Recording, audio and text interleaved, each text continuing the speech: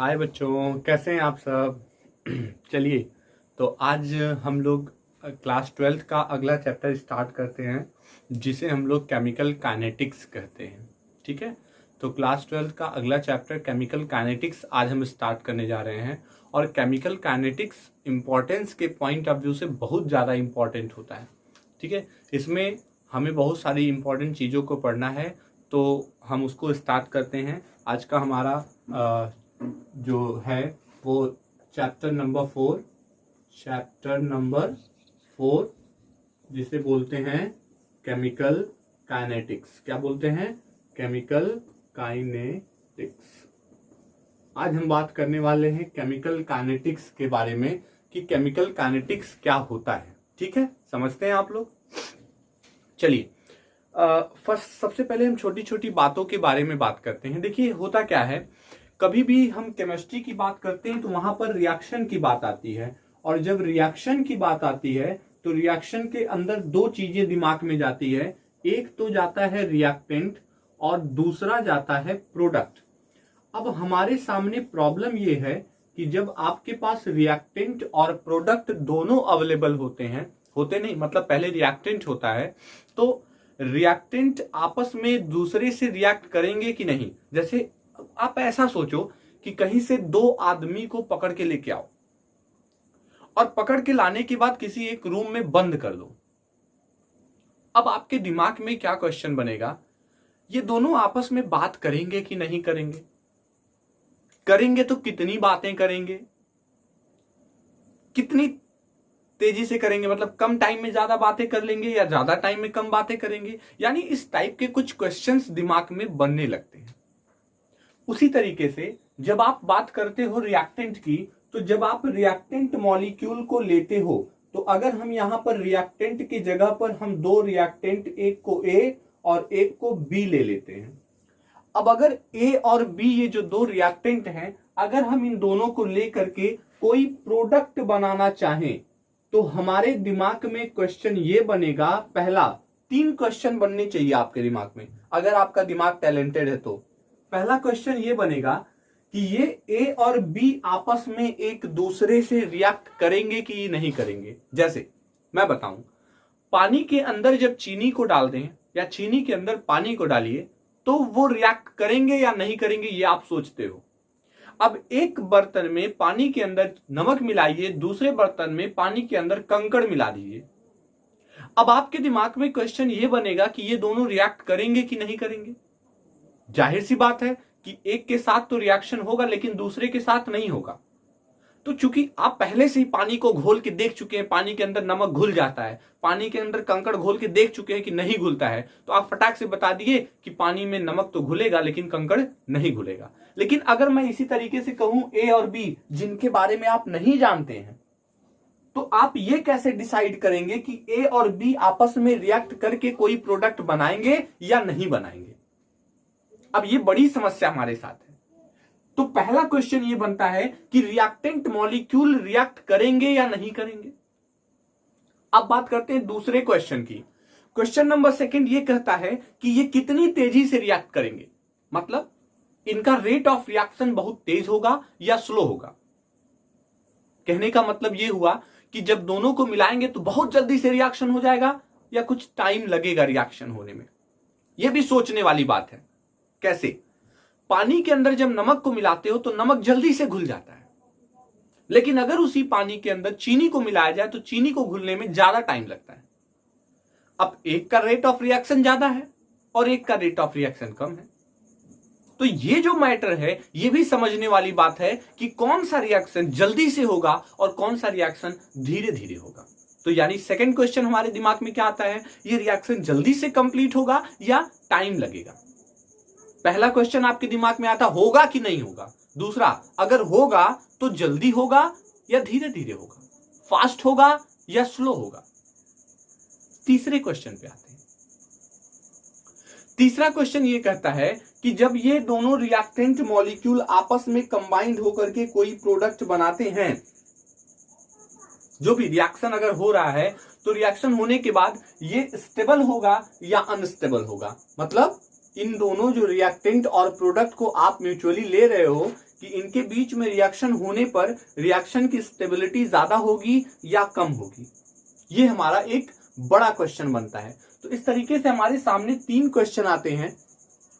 पहला क्वेश्चन आपके सामने ये आया कि आपको 2 कंपोनेंट ले रहे हैं तो दोनों के बीच में रिएक्शन होगा या नहीं होगा। पहला सबसे बड़ा मेजर क्वेश्चन आपका बन गया। दूसरा क्वेश्चन ये कह रहा है कि अगर वो दोनों रिएक्शन करेंगे तो उनकी स्पीड क्या होगी, ज्यादा होगी या कम होगी। और तीसरा क्वेश्चन ये कहता है कि उनका कितना परसेंट, यानी अगर एक आसान भाषा में कहें तो कंसंट्रेशन बदलने से क्या फर्क पड़ेगा, या यूं कह लीजिए कि कितना परसेंट कंप्लीट हो जाएगा। जैसे एक गिलास पानी के अंदर अगर आप कुछ मान के चलो 100 ग्राम 150 ग्राम चीनी घोल दो तो कुछ चीनी तो आसानी से घुल जाएगी, लेकिन कुछ चीनी घुलने में दिक्कत होगी। तो कितना पोर्शन चीनी का उसके अंदर घुल जाएगा ये भी सोचने वाली बात है। ऐसा नहीं कि पानी के अंदर चीनी मिलाते गए चीनी घुलती जाएगी, अरे एकदम नहीं। एक टाइम आएगा जब चीनी का पानी में घुलना बंद हो जाएगा। तो हम ये कैसे पता करेंगे कि कितनी अमाउंट में चीनी पानी के अंदर डिसॉल्व होगी। तो मैंने आपको 3 क्वेश्चन बताया। हमारे दिमाग में 3 क्वेश्चन जनरेट होते हैं। पहला क्वेश्चन जनरेट होता है कि रिएक्शन होगा कि नहीं होगा। दूसरा जनरेट होता है कि कितना फास्ट होगा, तेजी से होगा, धीरे धीरे होगा। और तीसरा का आंसर जनरेट होता है कितना परसेंट होगा। अब इनमें से पहले क्वेश्चन की बात करें, होगा या नहीं होगा, यह बात हमको थर्मोडायनेमिक्स से पता चलेगी, जो कि आपने क्लास 11th में पढ़ लिया है। तो क्लास 11th के थर्मोडायनेमिक्स चैप्टर से हम ये समझ पाते हैं कि रिएक्शन स्पॉन्टेनियस है या नॉन स्पॉन्टेनियस है। अब अगर वो स्पॉन्टेनियस है तो वो होगा और नॉन स्पॉन्टेनियस है तो नहीं होगा। अब उसको समझने के लिए आपको थर्मोडायनेमिक्स अच्छे से समझना पड़ेगा, और वो आपने 11th में पढ़ा भी होगा। तीसरा वाला क्वेश्चन कहता है कितना परसेंट होगा, तो इसको हमने 11th में ही केमिकल इक्विलिब्रिया चैप्टर पढ़ा था। इक्विलिब्रिया चैप्टर से आप ये पता कर सकते हैं कितना परसेंट होगा। अब जो सेकंड वाला क्वेश्चन है वो रिएक्शन स्लो होगा या फास्ट होगा, ये चीज समझना हमारा इस चैप्टर की कैटेगरी में आता है। कौन से चैप्टर की कैटेगरी में? केमिकल काइनेटिक्स की कैटेगरी में आता है। तो अब हम केमिकल काइनेटिक्स में क्या सीखेंगे? केमिकल काइनेटिक्स में हम ये सीखेंगे कि कोई भी केमिकल रिएक्शन फास्ट होगा या स्लो होगा। Actually what is the rate of a chemical reaction, इस चीज को हम सीखेंगे केमिकल काइनेटिक्स से। समझते हैं आप सब? तो बात करते हैं व्हाट इज केमिकल काइनेटिक्स। अब हमारा पहला क्वेश्चन बनता है व्हाट इज केमिकल काइनेटिक्स। तो आपके सामने डेफिनेशन बोलता हूं, ध्यान से सुनिए, लिखने का मन करेगा लिख भी सकते हैं। The branch of chemistry that deals with the study of rate of chemical reactions. The branch of chemistry that deals with the rate of chemical reactions is called chemical kinetics. मतलब केमिस्ट्री की ऐसी branch जिसमें आप किसी भी chemical reaction के rate की study करते हो, उसे हम केमिकल काइनेटिक्स कहते हैं। The branch of chemistry that deals with the study of rate of a chemical reaction is called chemical kinetics. तो कहने का सेंस ये है कि केमिकल काइनेटिक्स में हम किसी भी केमिकल रिएक्शन के रेट की एनालिसिस करते हैं कि वो केमिकल रिएक्शन कितना फास्ट होगा, कितना स्लो होगा, इटीसी। तो मुझे लगता है आपको इंट्रोडक्टरी पार्ट इस चैप्टर का समझ में आया होगा। मतलब इस चैप्टर में ओवरऑल हमको बार बार केमिकल रिएक्शन के रेट की एनालिसिस करनी है। रेट क्या होता है इसको भी मैं आपके सामने खुलासा करूंगा, रेट क्या होता है और कैसे समझेंगे रेट क्या होता है, तो उसकी टेंशन ना लीजिए। अब आइए बात करते हैं। सबसे पहले रेट पे थोड़ा सा डिस्कशन कर ही लेते हैं। क्या प्रॉब्लम क्या है? अगर हम रेट की बात करें तो रेट को हम एक तरह से सिमिलाइज करते हैं स्पीड से। आप सब में से कोई भी ऐसा नहीं होगा जो स्पीड वर्ड को ना जानता हो। हम सब कहते हैं इतनी स्पीड से गाड़ी गई। अब कोई कहे स्पीड होता क्या है, तो आप कहोगे स्पीड इज इक्वल टू होता है डिस्टेंस अपॉन टाइम। ध्यान दीजिएगा, डिस्टेंस अपॉन टाइम। यानी डिस्टेंस अपॉन टाइम को स्पीड कहते हैं। मतलब आप कहते हो कि इतने टाइम में हमने इतनी डिस्टेंस को ट्रेवल कर लिया, चल लिया। तो किसी पर्टिकुलर टाइम में आप जितनी डिस्टेंस को कवर कर लेते हो वो उसका क्या कहलाता है? स्पीड कहलाता है। अगर टाइम ड्यूरेशन कम हो, ध्यान दीजिएगा, अगर टाइम ड्यूरेशन कम हो और डिस्टेंस आपने ज्यादा कवर कर लिया तो आप बोलोगे कि आपकी स्पीड ज्यादा थी। अगर टाइम ड्यूरेशन ज्यादा हो और स्पीड आप मतलब डिस्टेंस आपने कम ट्रेवल की तो आप बोलोगे आपकी स्पीड कम है। उसी तरीके से अगर हम रेट की बात करें तो रेट में होता है, रेट इज इक्वल टू होता है change in concentration upon time. यानी कोई भी केमिकल रिएक्शन जब होता हो तो उसके रिएक्टेंट या प्रोडक्ट के कंसंट्रेशन में पर यूनिट टाइम जो चेंजेस आते हैं, एक्चुअली उसी को हम लोग रेट ऑफ रिएक्शन कहते हैं। The rate of reaction is the change in concentration of reactant और product per unit time is called rate of reaction. किसी भी केमिकल रिएक्शन के पर यूनिट टाइम में रिएक्टेंट या प्रोडक्ट के कंसंट्रेशन में जो कुछ भी चेंजेस आते हैं उसे हम रेट ऑफ रिएक्शन कहते हैं। समझ गए होंगे आप। अब अगर रेट ऑफ रिएक्शन की बात करें तो कई तरीके से हम इसको क्लासिफाई कर सकते हैं, लेकिन बेसिक तरीके से हमने कहा कि रेट ऑफ रिएक्शन को हमने 3 पार्ट में क्लासिफाई किया। एक को बोलते हैं very fast reaction. Very fast को आप इंस्टैन्टेनियस रेट ऑफ रिएक्शन भी बोल सकते हैं। क्या बोल सकते हैं? इंस्टैन्टेनियस रेट ऑफ रिएक्शन बोल सकते हैं। दूसरा कौन सा होता है? दूसरा होता है स्लो रिएक्शन, या आप इसे मॉडरेट रिएक्शन भी बोल सकते हैं। तीसरा कौन सा होता है? तीसरा होता है वेरी स्लो रिएक्शन, जिसे आप वेरी स्लो ही बोलते हैं। अब बात करते हैं इंस्टैन्टेनियस रेट ऑफ रिएक्शन की। तो ऐसा रेट ऑफ रिएक्शन जिसमें रिएक्टेंट का कन्वर्जन प्रोडक्ट में हो जाए और टाइम ड्यूरेशन बहुत कम हो। साधारण भाषा में कहें तो इंस्टैन्टेनियस रेट ऑफ रिएक्शन वो रिएक्शन होता है जो पलक झपकने से पहले कंप्लीट हो जाए। अब ये तो एक जनरल वर्ड हो गया, मतलब कह सकते हैं कि फ्रैक्शन ऑफ सेकंड लगे, सेकंड से भी कम टाइम लगता हो जिस केमिकल रिएक्शन को कंप्लीट होने में, उसे हम बोलते हैं इंस्टैन्टेनियस। जैसे कोई बंदा गोली चलाता हो तो एक तरफ से बंदूक चली नहीं कि दूसरी तरफ आदमी उलट जाता है। तो जिधर से गोली चली और उधर गिरने के बीच में टाइम ड्यूरेशन बहुत कम होता है। आप एनालिसिस ही नहीं कर पाते हो कि कब बंदूक से गोली निकली और कब वो सामने वाला, समझ गए ना? दूसरा तरीका कैसे समझ सकते हैं? लाइट, आपने बल्ब देखा होगा तो बल्ब में हमेशा लाइट ऑन ऑफ होती रहती है, लेकिन 1 सेकेंड में लाइट इतनी बार ऑन ऑफ होती है कि जब आप बल्ब देखते हो तो आपको लगता नहीं लाइट तो परमानेंट चल रही है, लगातार है। बट ऐसा तो है नहीं। सबको पता है कंप्यूटर बाइनरी लैंग्वेज पे काम करता है, 0 और 1, यानी ऑफ और ऑन दो ही भाषा समझता है। लाइट में ऐसा ही कुछ होता है, of on off on off on ऐसे होता रहता है। तो जो ऑफ और ऑन की लैंग्वेज समझ रहा है, बल्ब इतनी बार जल्दी जल्दी जलता और बुझता है कि हमारी आंख उसे विजुलाइज नहीं कर पाती और हमें लगता है नहीं, हम नहीं देख पा रहे। आज की डेट में जो स्मार्टफोन आए हैं आप उसमें चेक कर सकते हैं, मोबाइल कैमरे की क्वालिटी से चेक कर सकते हैं, आपको लगेगा लाइट में फ्लक्चुएशन हो रहा है। कैमरे की क्वालिटी बता देगी कि लाइट में फ्लक्चुएशन हो रहा है रूम के अंदर।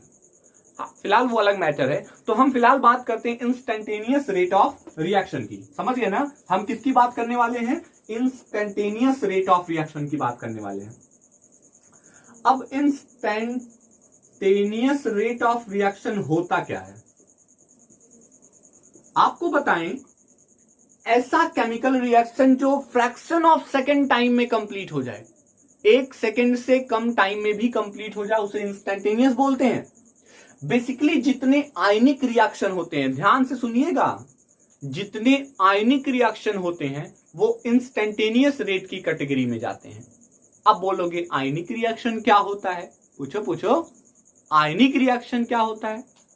आयनिक रिएक्शन में जैसे आपको मैं कहूं कि आप ले लो AgNO3 सिल्वर नाइट्रेट, और जब आप AgNO3 का रिएक्शन NaCl से कराते हो, सोडियम क्लोराइड से, तो बनता क्या है? AgCl का व्हाइट प्रेसिपिटेट बन जाता है। क्या बनता है? व्हाइट PPT बन जाता है, और NaNO3 आपका अलग हो जाता है। अब आपको बताएं कि इस रिएक्शन को कंप्लीट होने में इतना फास्ट होता है कि आप इन दोनों को मिलाए नहीं कि तब तक पता चला व्हाइट कलर का प्रेसिपिटेट बन के तैयार हो गया। इतना तेज रिएक्शन होता है। आप लोग क्लास 11th में एक एक्सपेरिमेंट भी किए होंगे।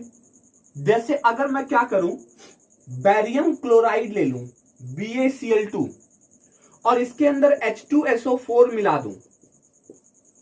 क्या मिला दूं? H2SO4 sulphuric acid. तो इन दोनों के बीच में रिएक्शन होते ही बैरियम सल्फेट का व्हाइट कलर का प्रेसिपिटेट तुरंत बन के तैयार हो जाएगा, और साथ में 2 मॉलिक्यूल HCl अलग हो जाएंगे। अब एक बात बताओ, ये आयनिक रिएक्शन है, और आयनिक रिएक्शन इतना फास्ट होता है कि इनमें से सफेद, अब पता चलेगा भैया ना BaCl2 का लिए हो, H2SO4 डाल ही रहे हो, डालते ही रहोगे तब तक व्हाइट होता जाएगा, आप देख ही नहीं पाओगे कब रिएक्शन हुआ। इतना तेज रिएक्शन होता है, बहुत फास्ट होता है, और ऐसे रिएक्शन की एनालिसिस नहीं कर सकते। अब बात करते हैं इंस्टेंटेनियस में। मुझे नहीं लगता आपको कोई प्रॉब्लम होनी चाहिए, आपको समझ में आ गया होगा इंस्टेंटेनियस रेट ऑफ रिएक्शन क्या होता है। यानी ऐसा रेट ऑफ रिएक्शन जिसके रेट की एनालिसिस ना की जा सके, रिएक्टेंट मॉलिक्यूल को मिलाते ही प्रोडक्ट बन के तैयार हो जाता हो, हम उसकी मैकेनिज्म को नहीं पढ़ सकते, उसे बोलते हैं इंस्टेंटेनियस रेट ऑफ रिएक्शन। अगला हमारा है स्लो रिएक्शन, या जिसे हम लोग नाम देते हैं मॉडरेट। क्या बोलते हैं? मॉडरेट। अब देखो, या पहले पढ़ लेते हैं वेरी स्लो। Very slow. अब वेरी स्लो क्या होता है भैया? ऐसा केमिकल रिएक्शन जिसमें कई दिनों और कई महीनों में कोई देखने लायक चेंजेस ना आते हो, देखने लायक चेंजेस ही ना आते हो, लगे नहीं जैसा था वैसा ही तो है, उसे बोलते हैं वेरी स्लो रिएक्शन। आज तक आपने किसी को बढ़ते हुए देखा है? हम सब लोग जब बॉर्न आउट होते हैं, पैदा होते हैं, तो छोटे से होते हैं, और धीरे धीरे बड़े होते होते बुढ़े भी हो जाते हैं। लेकिन ईमानदारी से बताओ, कभी किसी ने किसी को बढ़ते हुए देखा है कि आज वो बढ़ रहा था? मैं रात को देखा था वो बढ़ रहा था, सुबह देखा हूं बढ़ रहा था। नहीं देख सकते, इतना स्लो है कि आप परमानेंट बैठे रहो माइक्रोस्कोप लेके, लेकिन आप कभी देख नहीं पाओगे कि वो बंदा कब बढ़ा कब घटा। समझ रहे हो ना? रस्टिंग, जिसे साधारण भाषा में जंग लगना कहते हैं। कभी किसी ने आयरन के ऊपर जंग लगते हुए देखा है? रस्टिंग होते हुए देखा है? नहीं देखा होगा। आप जंग लगने से पहले यानी रस्टिंग से पहले देखे होंगे, और रस्टिंग के बाद देखे होंगे। जब जंग लग गया तब देखे, जब जंग नहीं लगा था तब देखे, लेकिन जंग कैसे लगा ये नहीं देखा होगा। स्लो रिएक्शन की कैटेगरी में नहीं, वेरी स्लो रिएक्शन की कैटेगरी में आता है। हाइड्रोजन और ऑक्सीजन मिल करके वाटर यानी पानी बनाते हैं। पानी पीते हो ना, H2 और O2 के कॉम्बिनेशन की वजह से बनता है। अगर H2 और O2 को मिला दे तो वाटर बनता है, लेकिन कभी किसी ने बनते हुए देखा वाटर कैसे बन रहा है? नहीं देख सकते। बहुत स्लो रिएक्शन है, और इतने स्लो रिएक्शन की एनालिसिस नहीं की जा सकती। तो वो केमिकल रिएक्शन जिनमें कई दिनों और महीनों में कोई विजुअलाइजेबल ना हो, कोई दर्शनीय परिवर्तन ना हो, उसे हम क्या बोलते हैं? Very slow reaction. समझ गए होंगे आप? अब हम बात करते हैं मीडियम वाले की, जिसे हम बोलते हैं moderate rate of reaction. Actually इसी के बारे में हमारी सारी कहानी ही बढ़नी है। देखो भैया, जो बहुत स्लो है उसके ऊपर काम नहीं कर सकते। आप बताओ, हम लोग क्लास में पढ़ा रहे हैं, अब एक बंदे को जनरल लिखना भी नहीं आ रहा, बोर्ड से कॉपी नहीं कर पा रहा, कुछ चीज नहीं समझ पा रहा, हम उसके पीछे नहीं ना चल पाएंगे, क्योंकि उसका रेट ऑफ रिएक्शन बहुत ज्यादा कम है। हम पता चला 4 टॉपिक पढ़ा गए, तब वो 1 टॉपिक समझ पा रहा है, तो इतने स्लो रिएक्शन को हम नहीं चला सकते। कोई बहुत फास्ट है, अब मेरे बोलने से पहले घर से सब पढ़ के आया करे, सर आ गया आ गया आ गया, तो उसको भी लेके हम नहीं चल सकते। हम क्लास में किसको लेके चलते हैं? मॉडरेट वाले को लेके चलते हैं, जो ना तो बहुत ज्यादा स्लो है ना बहुत ज्यादा फास्ट है। और हम प्रयास करते हैं इसी मॉडरेट वाले के रेट ऑफ रिएक्शन को बढ़ाना। ईमानदारी से कहें तो आज की डेट में किसी के पास टाइम नहीं है। अब आपको रेट ऑफ रिएक्शन बढ़ाना है या घटाना है? तो भैया बेसिकली बढ़ाना होता है। अब अगर बढ़ाना है तो मॉडरेट के रेट ऑफ रिएक्शन को इंक्रीज करना होगा और बढ़ाना होगा।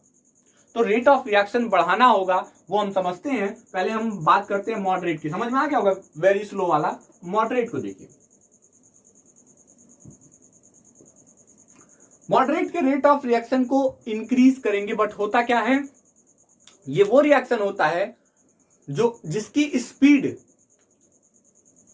इंस्टेंटेनियस से कम होती हो और वेरी स्लो से ज्यादा होती हो। इंस्टेंटेनियस से कम होती हो और वेरी स्लो से ज्यादा होती हो। जैसे अगर आप एक काम करो, चीनी ले लो बाबू, क्या ले लो? चीनी।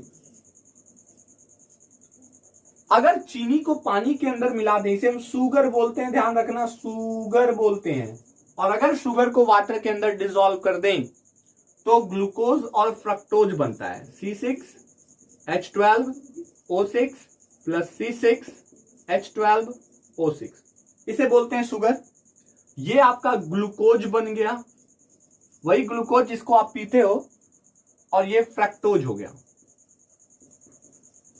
अब ग्लूकोज और फ्रक्टोज जो बन के तैयार हुए हैं, इनमें इतना टाइम नहीं लगता कि हम इसकी एनालिसिस ना कर सकें।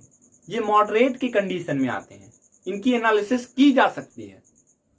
तो ऐसे केमिकल रिएक्शन जिनकी आप एनालिसिस कर सकते हो, कुछ लिमिटेड टाइम में कंप्लीट होते हैं, वो मॉडरेट की कैटेगरी में आते हैं। और जिन्हें कंप्लीट होने में बहुत ज्यादा टाइम लगते हैं, वो वेरी स्लो में आते हैं। और जो हमारे सोचने समझने से पहले ही कंप्लीट हो जाए, उसे इंस्टेंटेनियस रेट ऑफ रिएक्शन कहते हैं। तो आज की क्लास में मैंने आपको क्या सिखाया? हमने आपको सिखाया एक्चुअली केमिकल काइनेटिक्स कहते किसे हैं, हमें केमिकल काइनेटिक्स की जरूरत क्यों पड़ी, और केमिकल काइनेटिक्स ने केमिकल रिएक्शन के रेट के बिहाफ पे टोटल कितने पार्ट में क्लासिफाई हुए। अब अगली क्लास में हम आपको बताएंगे कि केमिकल रेट ऑफ रिएक्शन लिखा कैसे जाता है। तो उसके लिए तैयार रहिएगा, फिर अगली क्लास में मिलेंगे। तब तक के लिए थैंक यू, बाय बाय।